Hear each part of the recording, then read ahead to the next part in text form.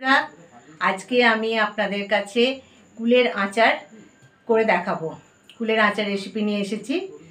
রান্নাঘরে তন্দ্রাদির ব্লগে সকলকে স্বাগত।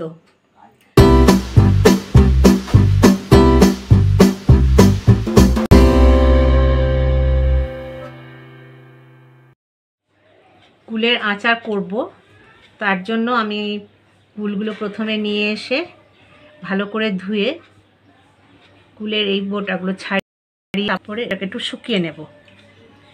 একটু জলটা শুকিয়ে গেলে তারপর আমি সেটাকে তৈরি করব। স্বাগত। আমরা এবার দেখে নেব কুলের আচার করতে গেলে আমার কি কি দরকার।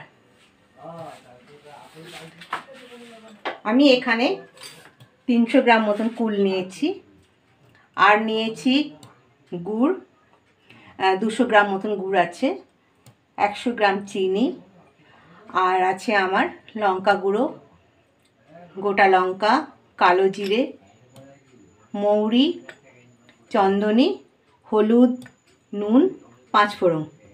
এগুলো দিয়ে আমি একটা আচারের মশলা বানাবো। তাহলে এবার আমি শুরু করছি কুলের আচার। কুলের আচার করার জন্য আমি একটা কড়াইতে 3 চামচ মতন তেল নিয়ে নিয়েছি। এতে দেব আমি একটু 5 ফোড়ন,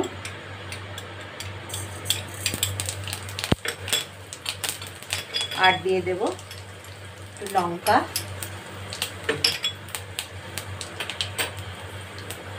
আর এতে দেব আমি 1 চামচ মতন হিং।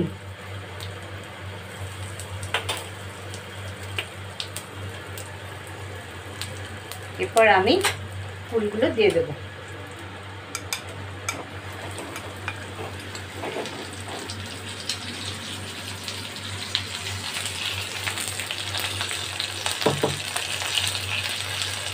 আমি কড়াইয়ের মধ্যে ফুলগুলো দিয়ে দিয়েছি।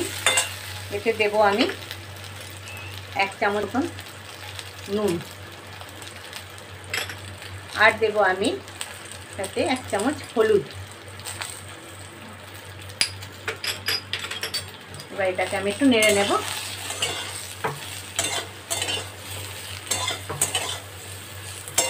ফুলগুলো আমার প্রায় ভাজা হয়ে এসেছে।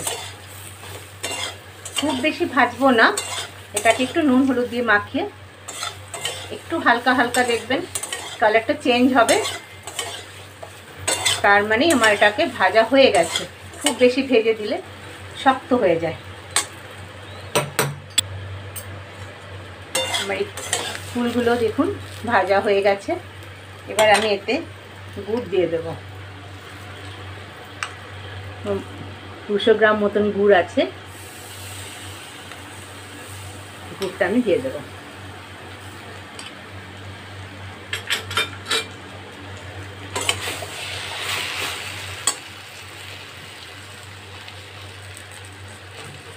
গুড়টা ভালো করে ফুলের সাথে মিশিয়ে দেব।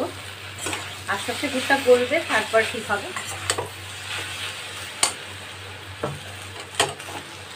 আমার গুড়টা প্রায় মিক্স আপ হয়ে গেছে। এবার এতে আমি আর একটু চিনি দিয়ে দেব। চিনি আর গুড়টা একটু বেশি থাকবে। আমার 200 গ্রাম মতন গুড় ছিল, আর 100 গ্রাম মতন চিনি।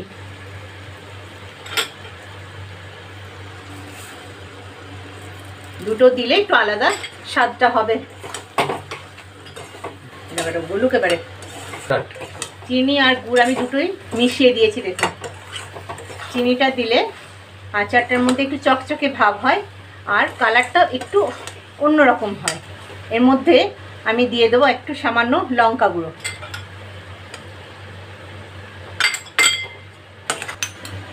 আমি যে মশলাগুলো রেখেছিলাম সেগুলো একটু ভেজে নিলাম। ভেজে এগুলো একটু গুঁড়িয়ে আচারের মধ্যে দেব। আমার মশলাটা ভাজা হয়ে গেছে। এবার এটা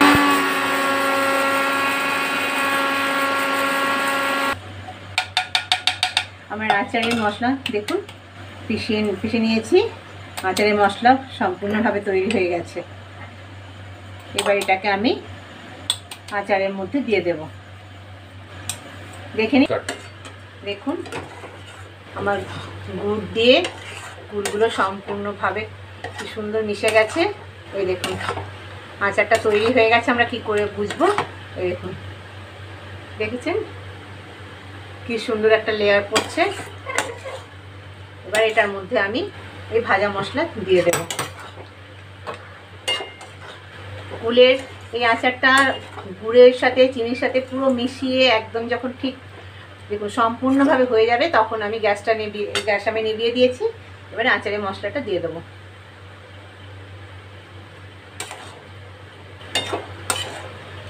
আস্তে আস্তে করে আচারের মশলাটা পুরো ভালো করে মিশিয়ে দেব। মশলাটা মিশিয়ে দিলাম। দেখুন আমার আচার তৈরি হয়ে গেছে। এটাকে ঠান্ডা করে আপনারা একটা জারের মধ্যে রেখে দেবেন। তাহলে তার মাঝে মাঝে একটু যদি রোদে দিতে পারেন তাহলে তো খুবই ভালো হয়। অনেকে আচারের মধ্যে একটু ভিনিগার দেয়, আমি দিইনি, আপনারা চাইলে দিতে পারেন, তাতে অনেক দিন থাকে। এবারে আমি এই আচারটাকে একটা বোলের মধ্যে নিয়ে নেব। এটাকে আমি বোলের মধ্যে নিচ্ছি। এটাকে আপনি আবার একটা জারের মধ্যে রেখে দিতে পারেন।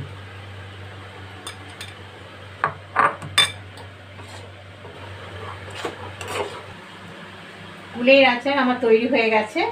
আমি একটাই বোলের মধ্যে নিয়ে নিলাম। আমি করেছি, এটা তো আপনারা দেখেছেন, দেখতে তো খুবই সুন্দর হয়েছে, খেতেও খুব টেস্টি হবে এটা, কারণ এর আগেও তো আমরা করে খেয়েছি। এটা কেমন লাগলো আপনাদের কমেন্টে জানাবেন, লাইক করবেন, শেয়ার করবেন। নমস্কার।